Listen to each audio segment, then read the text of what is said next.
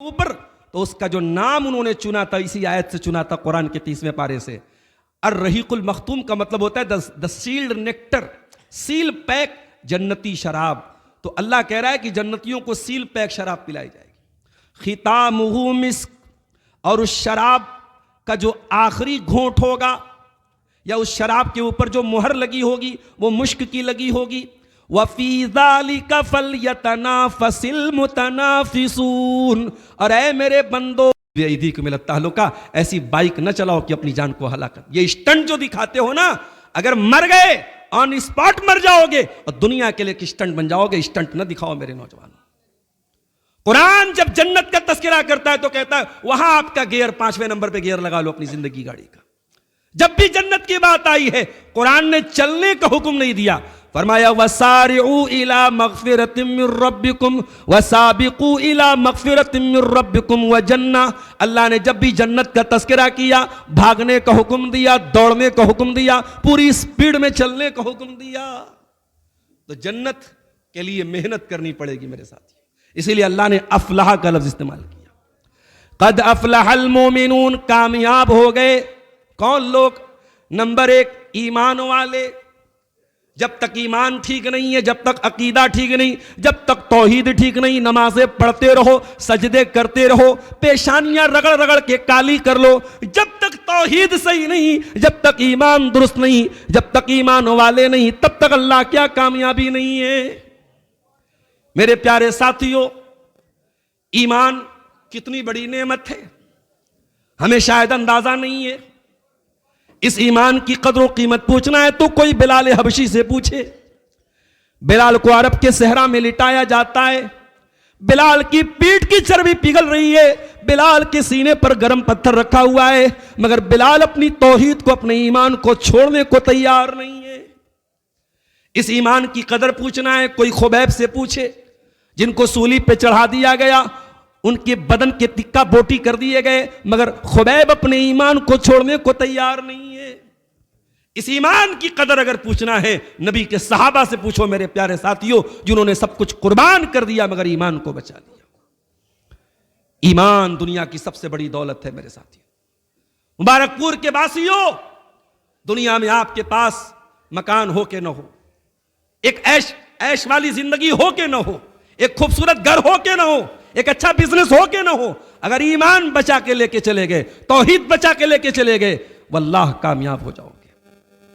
کل قیامت کا دن ہوگا, اللہ کی بارگاہ ہوگی, ایک بندہ پہنچے گا اور اللہ سے کہے گا اللہ میں زمین بھر کے سونا لے کے آیا ہوں, میں بہت بڑا ملینئر ہوں, بلینئر ہوں, بہت بڑا دولت والا ہوں, میں زمین بھر کے سونا لے کے آیا ہوں, اے اللہ تو یہ سونا لے لے, مجھ کو جہنم سے بچا دے. اللہ کیا فرماتا ہے؟ ان الذین کفروا وماتوا وهم کفار فلن يقبل من احدهم ملء الارض ذهبا. اے میرے بندے, تو زمین بھر کے سونا تو لے کے آیا ہے, مگر تیرا خاتمہ توحید پر نہیں ہوا, تیرا خاتمہ ایمان پر نہیں ہوا. تو دنیا میں کفر کے اوپر مرا تھا, تو توحید کے اوپر نہیں مرا تھا, اس لیے تیرا زمین بھر کے سونا بھی ریجیکٹ کر دیا جائے گا. زمین بھر کے سونا لا کر کے بھی تو جہنم سے نہیں بچ پائے گا. ایمان والو, اس ایمان کو سنبھالو میرے پیارے ساتھیوں. توحید والو, اس توحید کو سنبھالو. دنیا ادھر کی ادھر ہو جائے, جل جاؤ, کٹ جاؤ, مر جاؤ, مگر کبھی ایمان سے کمپرومائز مت کرنا, کبھی توحید سے کمپرومائز مت کرنا. کامیاب لوگوں کی پہلی پہچان ہے. اور یہ بھی نوٹ کر لو, اللہ تعالیٰ کے یہاں اگر نیکیاں کر رہے ہو تو نیکی کے قبول ہونے کی 2 کنڈیشن ہے اللہ تعالیٰ کے یہاں. آپ کی نیکی دنیا میں چاہے جتنی بھی بہترین لگ رہی ہو, اگر یہ 2 کنڈیشن آپ کی نیکی کے اندر نہیں ہے, دنیا اس کو نیکی مانتی رہے, شریعت اس کو نیکی نہیں مانتی ہے. کون سی 2 کنڈیشن ہے؟ سورہ کہف کی آخری آیت دیکھ لیجئے.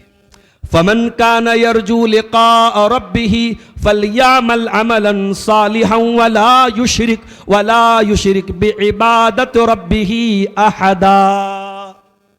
اے میرے بندو, اگر تمہیں اپنے رب سے ملاقات کرنا ہے, اگر جنت میں جانا ہے تو 2 کام کرنا پڑے گا.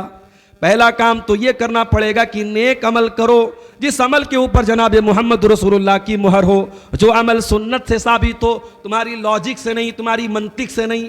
آج بہت ساری بدعات ہیں، جب ہم دلیل مانگتے ہیں تو سامنے والا کہتا ہے دلیل تو نہیں ہے، ہماری قسمت میں لکھا ہے۔ بھئی فلاں کام کیوں کرتے ہو؟ عاشقوں کی قسمت میں لکھا۔ فلاں کام کیوں کرتے ہو؟ فلاں چیز کہاں ہے؟ کہتے صاحب فلاں چیز کی دلیل تو نہیں ہے، لیکن ہمارے بزرگوں نے کیا ہے، ہمارے اسلاف نے کیا ہے، یہی اس کی دلیل ہے۔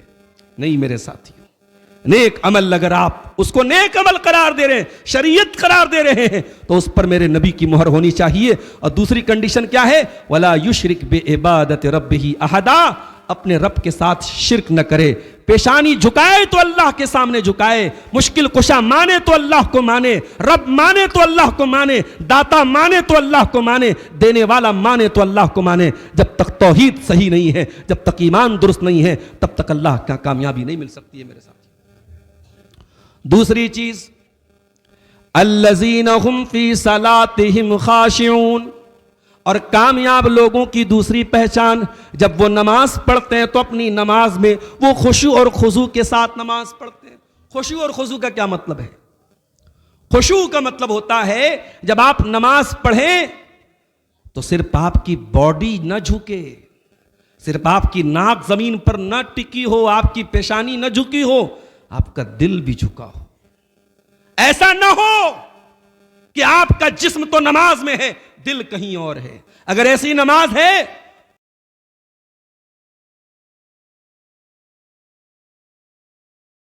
فَوَيْلٌ لِّلْمُصَلِّينَ الَّذِينَ هُمْ عَن صَلَاتِهِمْ سَاهُونَ الَّذِينَ هُمْ يُرَاءُونَ، ایسے نمازیوں کے لیے بربادی ہے، جہنم ہے، ویل ہے، جو نماز تو پڑھتے ہیں مگر نماز میں ان کا دل کہیں اور ہوتا ہے۔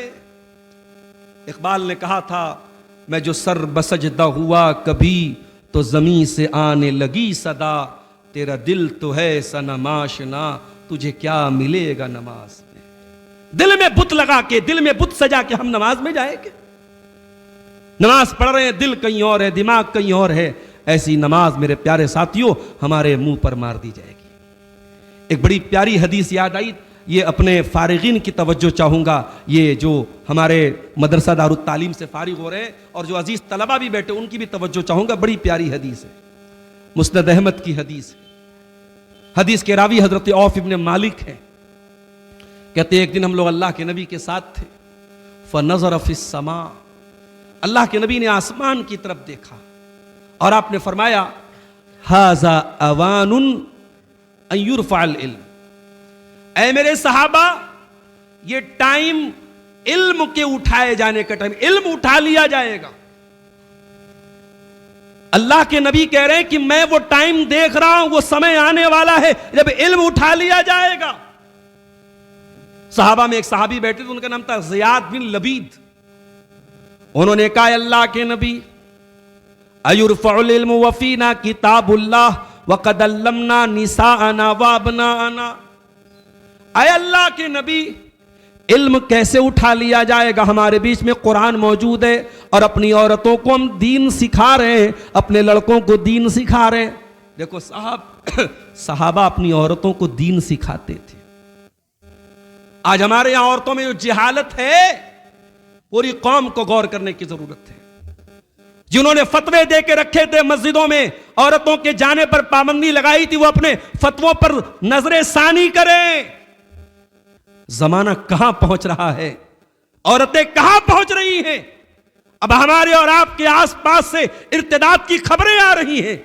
آپ اپنی عورتوں کو شاپنگ کرنے سے نہیں روک پائے، بازاروں میں جانے سے نہیں روک پائے، پکنک منانے سے نہیں روک پائے، آپ کا بس چلا تو آپ نے مسجدوں سے روک کے رکھا ہے۔ میرے عزیزوں، مکمل پردے کا انتظام کیجئے اور کم سے کم جمعہ کی نماز میں خواتین کے لیے ضرور انتظام ہونا چاہیے۔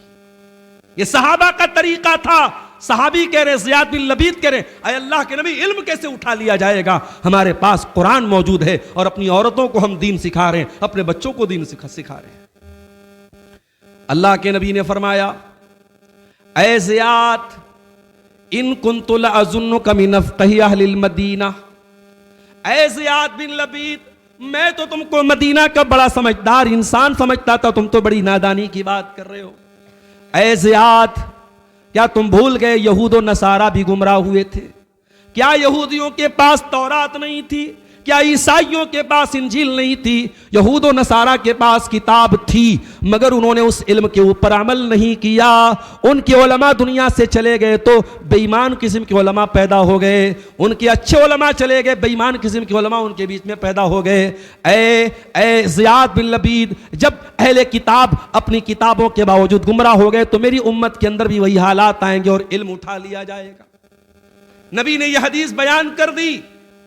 اب ایک صحابی جن کا نام شداد بن اوس تھا، انہوں نے اس حدیث کی تشریح کرتے ہوئے کہا اپنے ساتھیوں سے، اچھا تم جانتے ہو علم اٹھا لیا جائے گا اس کا کیا مطلب ہے؟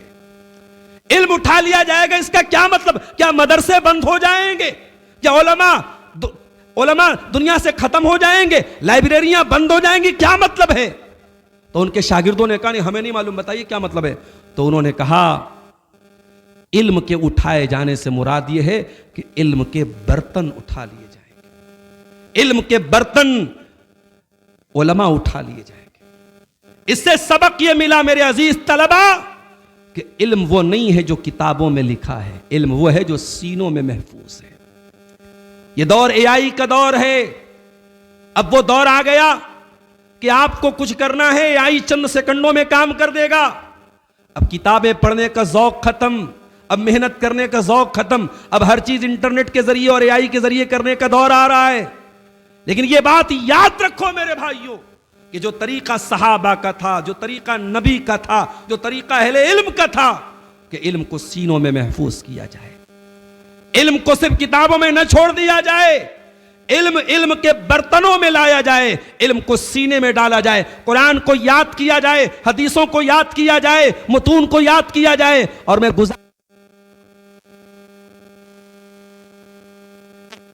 فارغ ہونے والے اپنے فارغین سے کہ یہ صحابی رسول کا یہ جملہ اپنی زندگی کا سلوگن بنا لینا۔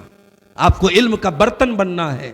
جس دن دنیا سے علم کے برتن اٹھا لیے جائیں گے، علماء چلے جائیں گے، اس دن سے علم اٹھا لیا جائے گا۔ اس کے بعد حضرت شداد بن اوس کہتے ہیں کہ پتہ ہے سب سے پہلے دنیا سے کون سا علم اٹھایا جائے گا؟ فرمایا اول ما یرفع الخشوع فلا تکاد ترا خاشیا۔ دنیا سے سب سے پہلے خشوع اور خضوع اٹھا لیا جائے گا، ایک آدمی بھی تم کو خشوع والا نظر نہیں آئے گا۔ آج معاف کرنا میرے ساتھی، نماز جو تھوڑی بہت ہو بھی رہی ہے، جو تھوڑی بہت عبادتیں ہو بھی رہی ہیں، اب عبادتیں ایسی ہو گئی کہ عبادت کا ظاہر موجود ہے، عبادت کا بدن موجود ہے، عبادت کی روح نکل گئی ہے۔ 10 لاکھ خرچ کر کے آدمی حج کرنے جا رہا ہے اور وہاں عبادت سے زیادہ سیلفی لے رہا ہے۔ وہ طواف کے دوران سیلفی، سعی کے دوران سیلفی، مدینہ میں نکاح ہو رہا ہے صاحب، دلہن کے گیٹ اپ میں عورت جا کے دلہن بنی ہے اور وہاں نکاح ہو رہا ہے، یہ کیا ہے؟ ان عبادتوں سے روحانیت نکل رہی ہے، خشوع نکل رہا ہے۔ انسان نماز پڑھ رہا ہے، اس کا دماغ، اس کا دل کہیں اور ہے۔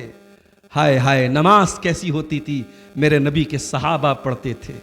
نماز کیسی ہوتی تھی؟ صحابہ جب نماز پڑھتے تھے ایسا لگتا تھا سروں پہ چڑیا بیٹھی۔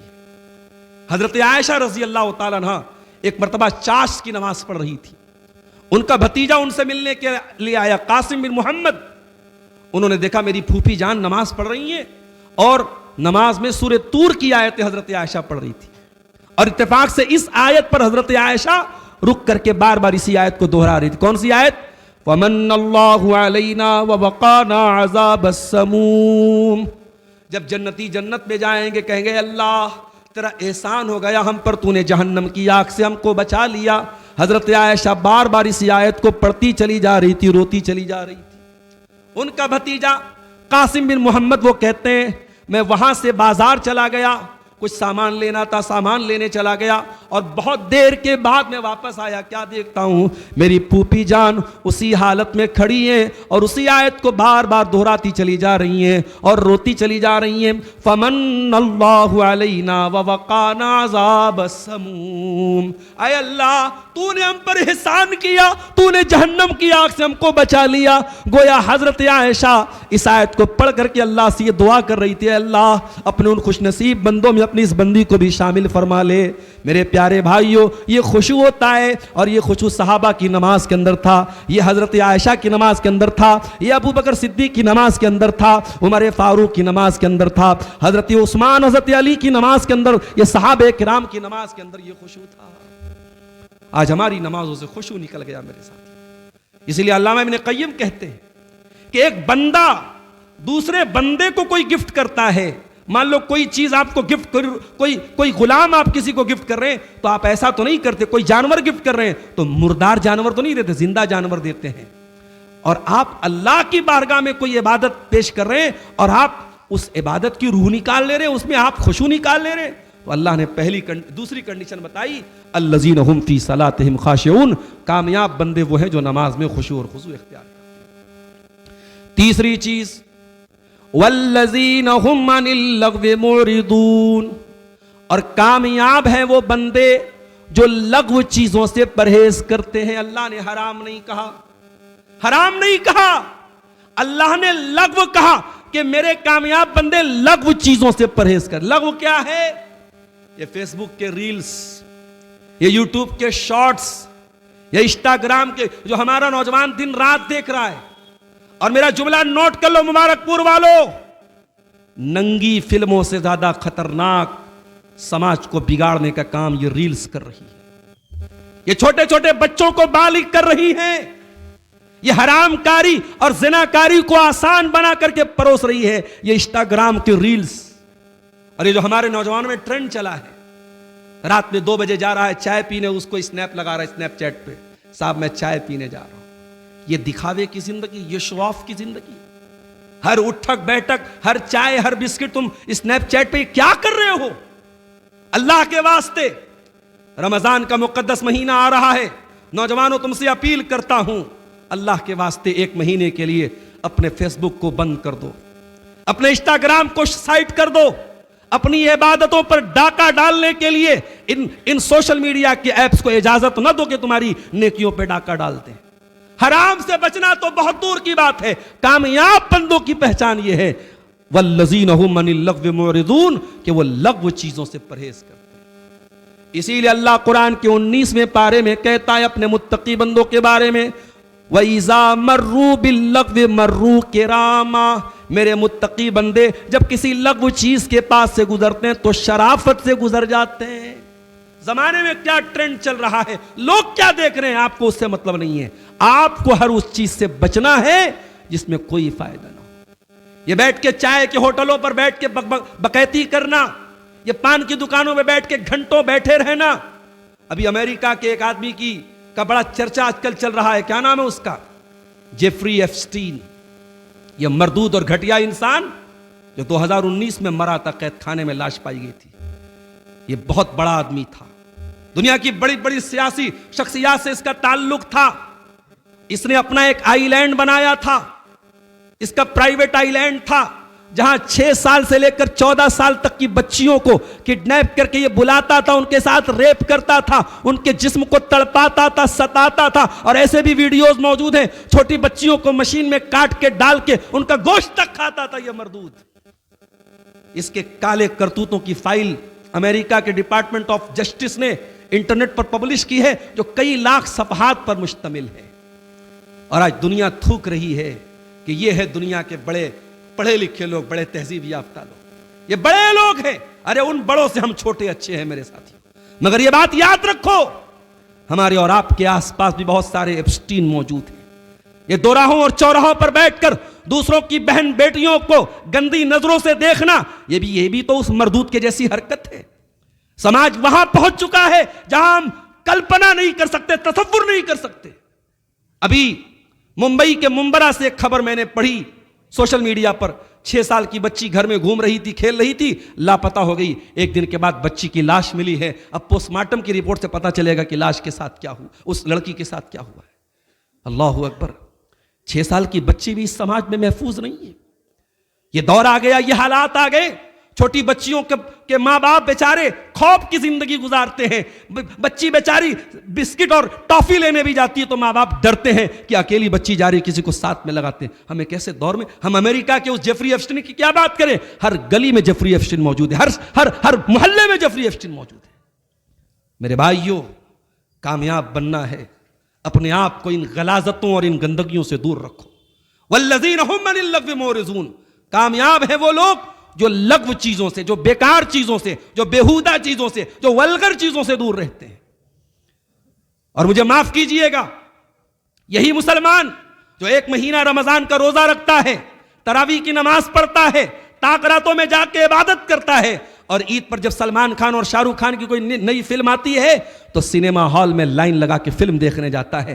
اپنی عبادتوں پر پانی پھیرنا کوئی اس سے سیکھے, اپنی نیکیوں کو برباد کرنا کوئی اس سے سیکھے. والذین هم عن اللغو معرضون. میرے بھائیوں, اگر کامیاب بننا ہے تو ہر اس چیز سے بچو جو آپ کا ٹائم برباد کرے. واللہ زندگی کا 1 منٹ جو چلا جائے گا واپس نہیں ملے گا, اور قیامت کے دن ہمیں پچھتاوا ہوگا کہ اے اللہ, کاش کہ تو نے ہمیں سمجھ دی ہوتی, ہم نے اپنے قیمتی وقت کو فیس بک کی ریلز پر برباد نہ کیا ہوتا, ہم نے انسٹاگرام پہ برباد نہ کیا ہوتا, ہم نے اسنیپ چیٹ پہ برباد نہ کیا ہوتا. میرے بھائیوں, زندگی دوبارہ نہیں ملے گی, ایک ہی زندگی ملے گی. اور یہ بھی یاد رکھو, یہ جو ہمارے یہاں کچھ لوگوں کا تصور ہے کہ شب برات پر مرنے والوں کی روحیں, ابا کی روح اور اماں کی روح واپس آتی ہے, یہ قرآن کے خلاف ہے. یہ عقیدہ اور یہ نظریہ یہ حدیثوں کے خلاف ہے. مرنے کے بعد مرنے والا چاہے جیسے بھی مرا ہو, کسی کی روح دنیا میں واپس نہیں آ سکتی. قرآن کہتا ہے حتی اذا جاء احدهم الموت قال رب ارجعون. جب کسی کی موت آتی ہے, جب موت کو سامنے انسان دیکھ لیتا ہے, کہتا ہے اللہ مجھے ایک موقع اور دے دے, ایک چانس اور دے دے. اے اللہ ایک موقع اور دے دے. اس لیے موقع نہیں مانگ رہا ہوں کہ بٹیا کی شادی کرنا ہے, اس لیے موقع نہیں مانگ رہا ہوں کہ مکان بنوانا ہے, اس لیے نہیں موقع مانگ رہا ہوں کہ پیسے اکٹھا کرنا ہے. اے اللہ ایک چانس اور دے دے. لعلی اعمل صالحا, اے اللہ میں وعدہ کرتا ہوں میں نیک عمل کروں گا, اچھا عمل کروں گا, توبہ کر لوں گا, سدھر جاؤں گا. اے اللہ اب تک جو چوک ہو گئی, اب سدھر جاؤں گا. اللہ فرمائے گا کلا انہا کلمۃ ہوا قائلہا ومن ورائہم برزخ الی یوم یبعثون. اے میرے بندے, تیری یہ خواہش کبھی پوری نہیں ہوگی. اب قیامت تک تو برزخی زندگی گزارے گا, تو قبر کی زندگی گزارے گا. تیرے عمل کے اعتبار سے یا تو قبر میں عذاب ہوگا, یہ جنت کی کیاری ملے گی. میرے بھائیوں, مرنے والا جب مر گیا, ہماری زندگی سے اس کا کنیکشن ٹوٹ گیا. وہ شب برات نہیں, سال کے کسی دن وہ دنیا میں واپس نہیں آتا ہے. یہ عقیدہ اور یہ نظریہ غلط ہے. تو میرے عزیزو, والذین هم عن اللغو معرضون, کامیاب بندوں کی تیسری پہچان یہ ہے کہ وہ لغو چیزوں سے بچتے ہیں. چوتھی چیز, والذین هم للزکاۃ فاعلون, اور کامیاب بندے اپنے مال کی زکوٰۃ ادا کرتے ہیں. زکوٰۃ پر آپ علماء سے سنیں گے جمعہ کے خطبے میں انشاءاللہ رمضان میں زکوٰۃ پر تفصیل سے روشنی نہیں ڈالنا چاہتا. 2-4 موٹی موٹی باتیں آپ کو بتانا چاہتا ہوں. اگر آپ کے پاس 85 گرام سونا ہے یا اس سے زیادہ, یا 595 گرام چاندی ہے یا اس سے زیادہ, اور اس پر سال گزر رہا ہے, چاہے آپ کی بیوی اس کو الماری میں رکھتی ہو چاہے پہنتی ہو, اس زیور پر, اس سونے پر, اس چاندی پر زکوٰۃ ہے. اور یہ بھی نوٹ کر لیجئے, اگر آپ کوئی زمین خریدتے ہیں, کوئی جائیداد خریدتے ہیں, اور مقصد یہ ہے کہ آج زمین 10 لاکھ کی ہے, کل 20 لاکھ کی ہو جائے گی تو بیچ دیں گے, کل 15 لاکھ کی ہو جائے گی تو بیچ دیں گے, اس زمین پر بھی زکوٰۃ آپ کو دینا ہے. جو زمین آپ بیچنے کی نیت سے لیں گے وہ آپ کا بزنس ایسٹ ہے, آپ کا مال تجارت ہے, اور مال تجارت پر آپ کو زکوٰۃ دینا ہے. آپ ساڑی کا کاروبار کرتے ہیں, آپ کے گھر میں 10 لاکھ کا مال ہے, تو آپ اپنے پورے ایسٹ میں, پوری پونجی میں اس 10 لاکھ کے مال کو بھی ایڈ کریں گے, اور اس پورے مال کی آپ کو زکوٰۃ نکالنی پڑے گی.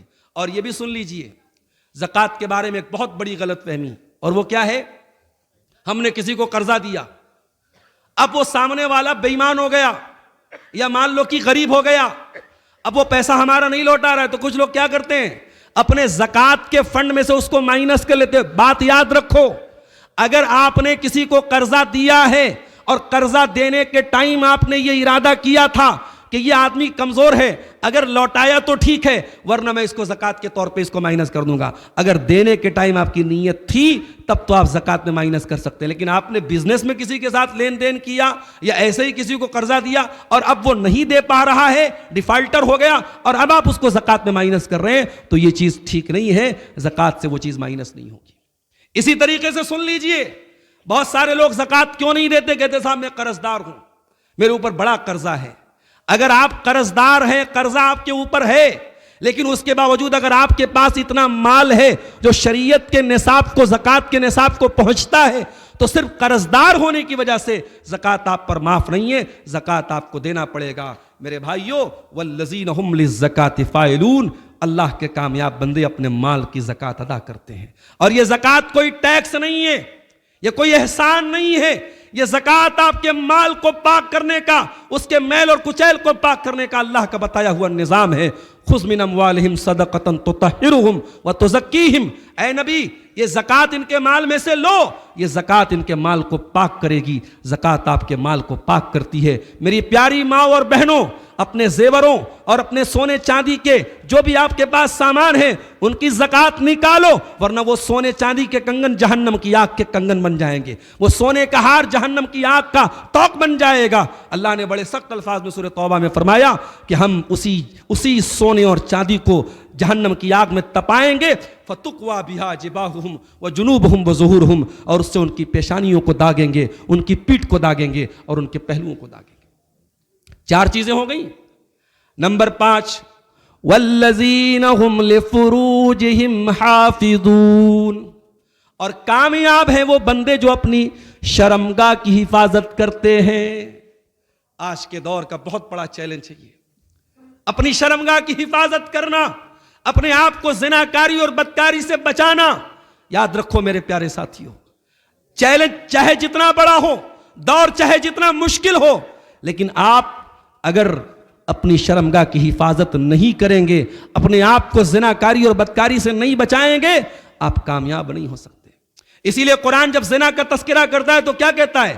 وَلَا تَقْرَبُوا الزِّنَا إِنَّهُ كَانَ فَاحِشَةً وَسَاءَ سَبِيلًا، میرے بندو تم زنا کے قریب بھی نہ جانا۔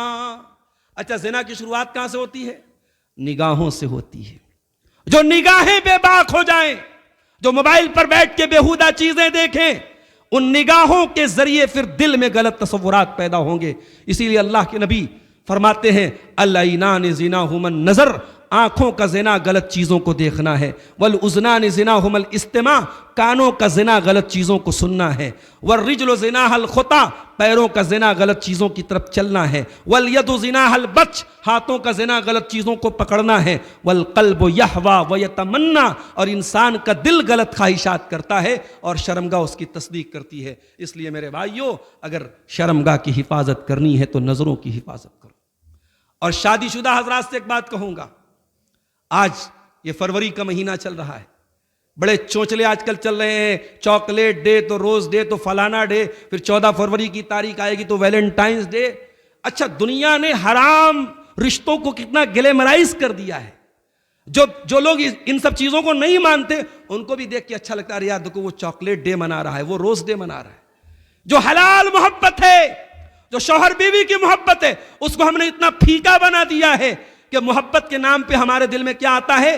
عاشق کا خیال آتا ہے، حرام محبت کا۔ ارے حلال محبت کو تھوڑا گلیمرائز کرو۔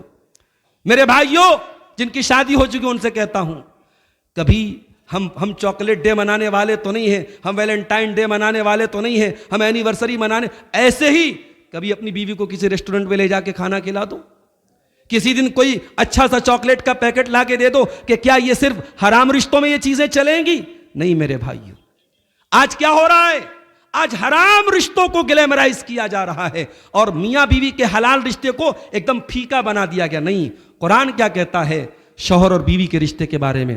ہن لباس لکم وانتم لباس لہن، شوہر بیوی کے لیے لباس ہے، بیوی شوہر کے لیے لباس ہے۔ لباس ہم اچھا پہنتے ہیں، خوبصورت پہنتے ہیں، لہٰذا میریٹل لائف کو خوشگوار بناؤ۔ جو اپنی عورتوں کو چھوڑ کے لوگ غائب رہتے ہیں، جو بیویوں کا حق ادا نہیں کرتے ہیں، جو بیویوں بیچارے شوہر باہر رہتا ہے اور بیویاں اپنے سسرال میں دیوروں اور جیٹھوں کے غیر محرموں کے بیچ میں رہتی ہیں، یہ طریقہ غلط ہے، یہ سسٹم غلط ہے، اس کی اصلاح کیجئے چاہے جیسے بھی کیجئے، ورنہ سماج تباہی کے اس دوراہے پر پہنچے گا کہ آپ تصور نہیں کر سکتے۔ میرے پیارے ساتھیوں، اسلام بڑا پاکیزہ دین ہے۔ اسلام وہاں سے شروعات کرتا ہے جہاں سے ہمارا دماغ سوچ بھی نہیں سکتا ہے۔ بچہ بچی 10 سال کے ہو گئے، اللہ کے نبی کہتے ہیں بستر الگ کر دو۔ ہمارا دل کہتا ہے یار 10 سال کا بچہ 10 سال کی بچی ابھی بہت چھوٹے ہیں، لیکن اللہ کے نبی کہتے ہیں فرقوا بینہم فی المضاجع، بستر الگ کر دو۔ اور آج دنیا دیکھ رہی ہے کہ 7 سال کی بچی، 8 سال کی بچی، اس کا سگا بھائی ایک بستر پہ سوتا تھا اور بھائی بہن کے ساتھ آج ریپ کر ڈالتا ہے۔ یہ اسلام کی جو تعلیم ہے میرے پیارے ساتھیوں، اللہ کا بنایا ہوا دین ہے، اللہ کا بنایا ہوا نظام ہے، اور اگر اسلام نے کوئی حکم دیا ہے تو اس میں بڑی حکمت ہے۔ 10 سال کا بچہ بچی ہو جائے بستر الگ کر دو۔ ہمارے آج لڑکیاں جوان ہو جاتی ہیں، ان سے اسکولوں میں ڈانس کروایا جاتا ہے، اور آج تو مدرسوں میں بھی، بڑے بڑے مدرسوں میں بھی ایکشن کے نام پہ بڑی بڑی لڑکیوں کو ان کو ہلایا ڈلایا جا رہا ہے اور اس کو ایکشن کا نام دیا جا رہا ہے۔ یہ بے غیرتی بند کرو، یہ بے شرمی بند کرو، یہ بے حیائی بند کرو، اور جوان بیٹیوں کی بے حیائی کو یہ لائسنس دے کر کے کہنا بند کرو ابھی تو بچی ہے۔ جب آپ کی بچی بالغ ہو جائے تو شریعت کی نظر میں وہ بچی نہیں ہے، اس کو حجاب میں نکلنے کی عادت ڈالو، اس کو پردے میں نکلنے کی عادت ڈالو، اس کو بتاؤ کہ جو تیرے غیر محرم ہیں ان کے ساتھ تیرا باتیں کرنا، تیرا تنہائی اختیار کرنا یہ ٹھیک نہیں ہے۔ یہ ماؤں کو چاہیے کہ بچیوں کی تربیت کریں۔ اس کے بعد اللہ نے جب شرمگاہ کی حفاظت کا ذکر کیا تو اللہ نے ایک بات کہی کہ ایسا نہیں ہے کہ اسلام شرمگاہ کے تقاضوں کو مٹانے کا حکم دیتا ہے۔ دنیا میں بہت ساری قومیں ہیں جو کہتی ہیں اللہ کو راضی کرنا ہے تو جنگل میں چلے جاؤ، شادی نہ کرو، بیوی بچوں کے چکر میں نہ پڑو۔ اسلام کی یہ تعلیم نہیں ہے۔ اللہ نے فرمایا الا علی ازواجہم او ما ملکت ایمانہم فانہم غیر ملومین۔ نکاح کرو، بیوی لاؤ۔ اسلام نکاح کرنے کا حکم دیتا ہے۔ ایک صحابی رسول ہے، ان کا نام ہے عثمان بن مظعون رضی اللہ تعالیٰ عنہ۔ یہ بقیع کے قبرستان میں پہلی قبر، پہلے صحابی جو دفن ہوئے یہی تھے، عثمان بن مظعون رضی اللہ تعالیٰ عنہ۔ یہ بہت اللہ والے صحابی تھے، بہت نیک انسان تھے۔ دور جاہلیت میں بھی انہوں نے کبھی شراب نہیں پی تھی۔ انہوں نے ارادہ کیا کہ میں اپنے آپ کو خصی کر لوں۔ کیا مطلب؟ یعنی اپنے آپ کو ایسا بنا دوں کہ میں بیوی کا حق ادا کرنے کے قابل ہی نہ بچوں، شادی کرنا ہی نہ پڑے مجھ کو۔ اللہ کے نبی کو پتا چلا، آپ نے ان کو بلایا اور کہا کہ الیست لک فی نفسی اسوہ، اے عثمان مجھے دیکھو، میری 9 بیویاں ہیں، میں نے نکاح کیے ہیں، کیا تیرے لیے میرے اندر نمونہ نہیں ہے عثمان؟ تیرا نبی نکاح کر رہا ہے، تیرے نبی بیویوں کے حقوق ادا کر رہے ہیں، اور تو رہبانیت کی بات کر رہا ہے؟ اے عثمان، مجھے ابراہیم کے دین کو، مجھے دین حنیف کو دے کے بھیجا گیا ہے۔ اے عثمان، میرے دین میں نکاح کرنے کا حکم ہے۔ اسی لیے جو نوجوان نکاح کے قابل ہے اور نکاح نہ کرنے کی صورت میں اس کو بدکاری کا ڈر ہے، اس نوجوان کے لیے نکاح کرنا واجب ہے۔ اور جان بوجھ کر کے اگر والدین اس کے نکاح میں دیر کر رہے ہیں یا اس لڑکی کے نکاح میں دیر کر رہے ہیں، والدین کی گردن پکڑی جائے گی قیامت کے دن، والدین کو حساب دینا پڑے گا۔ میرے بھائیوں، اپنے بچیوں کی صحیح وقت پر شادی کرو۔ اور یہ جو مئو مبارک پور کا ایک ماحول بنا ہے، پتہ نہیں مبارک پور کے بارے میں نہیں جانتا، مئو کے بارے میں لوگوں نے بتایا کہ لڑکی والے کبھی رشتہ دیکھنے نہیں جاتے۔ لڑکی بیٹھی رہے گی، 32 سال کی ہو جائے، 35 سال کی ہو جائے، اس کو عیب مانا جاتا ہے۔ اگر لڑکی کا رشتہ کہیں دیکھنے چلے گئے تو یہ مانا جائے گا لگ رہا ہے لڑکی کے اندر کوئی عیب ہے، تب یہ رشتہ لے کے۔ یہ بکواس رسم کہاں سے آئی میرے بھائی؟ تمہاری بیٹیاں محمد الرسول اللہ صلی اللہ علیہ وسلم کی بیٹی سے اعلیٰ ہو گئی۔ نبی اپنی بیٹی سیدہ فاطمہ الزہرا کا رشتہ دیکھنے جا رہے ہیں، نبی اپنی بیٹی کا رشتہ صحابہ سے پوچھ رہے ہیں، نبی کے پاس لوگ اپنی بیٹیوں کے رشتے کے لیے آ رہے ہیں۔ کیا نبی کے صحابہ اور نبی کے دور سے بڑھ کے آپ مقدس ہو گئے؟ خبردار! یہ جاہلانہ رسمیں جو آپ کے سماج کو برباد کر رہی ہیں، ان رسموں کی وجہ سے جو ہم نے نکاح کو مشکل کیا ہے، اور زنا اتنا آسان ہے کہ چند روپیوں میں آج ہوٹل کے کمرے بک ہوتے ہیں اور زنا ہو رہا ہے۔ میرے پیارے ساتھیوں، اس لیے قرآن کہہ رہا ہے کہ حلال الٹرنیٹ ہم نے دیا ہے، بیوی کا نکاح کا سسٹم ہم نے بنایا ہے۔ اب کوئی اگر زنا کر رہا ہے تو وہ کامیاب نہیں ہو سکتا ہے۔ کامیاب ہونا ہے تو شرمگاہ کی حفاظت کرنی پڑے گی۔ اس کے بعد یہ 5 چیزیں ہو گئی، 3 چیزیں اور بیان کر کے میں بات ختم کروں گا۔ چھٹی چیز، والذین هم لأماناتهم وعہدهم راعون، اور کامیاب ہیں وہ بندے جو امانت دار ہوتے ہیں، جو امانت ادا کرتے ہیں۔ امانت کا کیا مطلب ہے؟ میرا جملہ نوٹ کر لو، امانت کا لفظ بہت وسیع لفظ ہے، اور پورا دین امانت ہے، اور دنیا کی ہر ذمہ داری امانت ہے۔ آپ بیٹیوں کے باپ ہیں، یہ بھی ایک امانت ہے۔ آپ نکاح کر کے بیوی کو لائے ہیں، شوہر ہیں آپ، یہ بھی ایک امانت ہے۔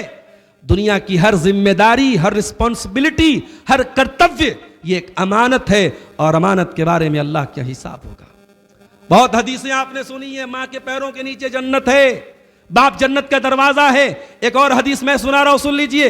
اللہ کے پیارے نبی فرماتے ہیں صلی اللہ علیہ وسلم، ما من عبد یسترعیہ اللہ رعیۃ ثم یموت یوم یموت وہو غاش لرعیتہ الا حرم اللہ علیہ الجنہ۔ جو انسان اس حال میں مر جائے کہ اپنی امانت کو کا حق ادا نہیں کر رہا ہے، امانت میں خیانت کر رہا ہے، جنت اس کے اوپر حرام ہو جائے گی۔ اولاد والو، یہ اولاد امانت ہے۔ اولاد کی تربیت اگر آپ نے صحیح طریقے سے نہیں کی، یہ اولاد آپ کے لیے وبال بن جائے گی۔ بیوی والوں، نکاح کر کے بیوی لائے ہو، اگر بیوی کا حق ادا نہیں کر رہے ہو، بیوی پر ظلم کر رہے ہو، اللہ کی اس امانت کی حق تلفی کی وجہ سے آپ کو سزا ہوگی میرے ساتھیوں۔ تو اللہ کے کامیاب بندے امانت ادا کرتے ہیں، اور قیامت کے پہلے اللہ کے نبی فرماتے سب سے پہلے امانت اٹھائی جائے گی۔ امانت لوگ بے ایمان ہو جائیں گے۔ حضرت حذیفہ کہتے ہیں کہ ایک ایسا دور آئے گا، نبی نے فرمایا ایک ایسا دور آئے گا، لوگ کہیں گے ما اعقلہ ما اجلدہ ما اظرفہ، ارے فلاں کتنا ہینڈسم ہے، کتنا اسمارٹ ہے، کتنا خوبصورت ہے، ولیس فی قلبہ حبۃ خردل من الایمان، لیکن اس کے دل میں رائی کے دانے کے برابر ایمان نہیں ہوگا۔ تو دنیا میں خوبصورتی اور اسمارٹنس اور ہینڈسم ہو جانا یہ کافی نہیں ہے، آپ کو ایماندار اور امانت دار ہونا پڑے گا۔ میرے عزیزو، امانت دار بنیے، جو کام بھی آپ کر رہے ہیں اس کام کو اخلاص کے ساتھ کیجئے۔ اس کے بعد اللہ نے ساتویں چیز بیان فرمائی، وَعَهْدِهِمْ رَاعُونَ، اور میرے کامیاب بندے وعدے کے پکے ہوتے ہیں۔ آج بنارس، مئو، مبارک پور کا کاروبار جو آج ڈاؤن ہوا ہے، اس کے بہت سارے وجوہات ہیں، لیکن میرا جو تجزیہ ہے، اور میں اسی علاقے کا اور اسی سرزمین کا رہنے والا ہوں، میں نے جو تجزیہ کیا ہے، ہماری بدعمالیوں کی سزا ہے یہ میرے ساتھیوں۔ آج جو یہ چیک بٹا ہو رہی ہے بنارس کے بازاروں میں، کیا یہ غلط نہیں ہے؟ کیا یہ ساڑی تیار کرنے والا مزدور جب گرستہ کے پاس جاتا ہے اور بیچارہ اس کو معلوم ہے، اس گرستہ کو، اس سیٹ کو، کہ اس مزدوری کرنے والے کی مزدوری کے ذریعے اس کا پریوار چلتا ہے، چند ہزار روپے کی مزدوری دینے میں وہ حاجی صاحب، وہ سیٹ جی، وہ گرستہ دنیا بھر کے بہانے بناتا ہے، اور ایسا اور ویسا ہے، دنیا بھر کے بہانے کرتا ہے، اور جیسے ہی گرستہ کو یہ پتہ لگتا ہے کہ وہ غریب آدمی اپنا مکان بیچنے والا ہے، 5,000 روپے کی مزدوری دینے میں 100 بہانے کرنے والا اس کا 1 کروڑ کا مکان خریدنے کے لیے دھیرے سے کونے میں لے کے جاتا ہے اور کہتا باؤ اپنا مکان ہم کو بیچنا، کسی اور کو مت بیچنا۔ یہ مکاری اور یہ 420 اور یہ فراڈ ہے جس نے آج ہمیں گرد میں لا کے کھڑا کر دیا۔ وعدے کے پکے بنو، کمٹمنٹ کرو، وعدہ کرو تو اس کو نبھاؤ، اور ہم نے اپنے نبی سے یہی سیکھا ہے میرے ساتھیوں۔ اسلام کی پہلی لڑائی تھی بدر کی لڑائی، نبی کے پاس صرف 313 سولجر تھے، 313 سپاہی تھے۔ حضرت حذیفہ اور ان کے والد یمان، یہ دونوں کافروں کی قید میں چلے گئے، اور انہوں نے وعدہ کیا کہ ہم لڑائی میں ساتھ نہیں دیں گے۔ اس وعدے پر دشمنوں نے ان کو چھوڑا۔ جب یہ اللہ کے نبی کے پاس آئے اور پوری رودات سنائی، کہا اے اللہ کے نبی، ہم وعدہ تو کر کے آئے ہیں، مگر ہمیں معلوم ہے کہ حالات بڑے کرٹیکل ہیں، اور ہمیں معلوم ہے کہ آپ کو ہمارے ساتھ کی ضرورت ہے، لہٰذا آپ ہمیں فوج میں شامل کیجئے۔ اللہ کے پیارے نبی نے فرمایا انصرفا، تم دونوں واپس جاؤ، نفی بعہدہم، ہم نے جو وعدہ کیا ہے دشمن کے ساتھ ہم وعدہ پورا کریں گے۔ میرے نبی کی تعلیم یہ ہے کہ دشمن کے ساتھ بھی غداری نہ کی جائے، غداری کرنے والوں کا قیامت کے دن بڑا برا انجام ہوگا۔ اللہ تعالیٰ حدیث قدسی میں اللہ تعالیٰ کہتا ہے کہ 3 لوگ ایسے ہوں گے قیامت کے دن جن کا میں مدعی بنوں گا، جن کے خلاف کیس میں خود لڑوں گا۔ نمبر 1، رجل اعطا باللہ ثم غدرا، جو آدمی اللہ کا نام لے کے کوئی وعدہ کرے اور غداری کرے، جو دین کا نام لے کے کوئی کام کرے اور غداری کرے، قیامت کے دن اللہ تعالیٰ اس کے خلاف خود مقدمہ لڑے گا۔ اور نمبر 2، وَرَجُلٌ بَاعَ حُرًّا فَأَكَلَ ثَمَنَهُ، کسی آزاد انسان کو غلام بنا کے بیچ کے اس کی قیمت کھا جانے والا. جیسے آج کل ہیومن اسمگلنگ ہو رہی, انسانوں کو بیچا جا رہا ہے, یا بہت سارے لوگ سعودی وغیرہ میں کسی کو کسی جاب پر بیچتے ہیں اور وہاں جا کے بیچارہ بکری چرا رہا ہے اور جو ہے معمولی کام کر رہا ہے. یہ سب اس حدیث میں آتا ہے کہ کسی آزاد کو غلام بنا کے بیچ دیا جائے. اور تیسری چیز وَرَجُلٌ اسْتَأْجَرَ أَجِيرًا, کسی مزدور کو مزدوری پر رکھا جائے اور اس کی مزدوری نہ دی جائے. اس لیے میرے ساتھیوں, وعدے کے پکے بنیے. اللہ تعالیٰ وعدہ پورا کرنے والوں کو کامیاب کرے گا, وعدہ خلافی کرنے والوں کو کامیاب نہیں کرے گا.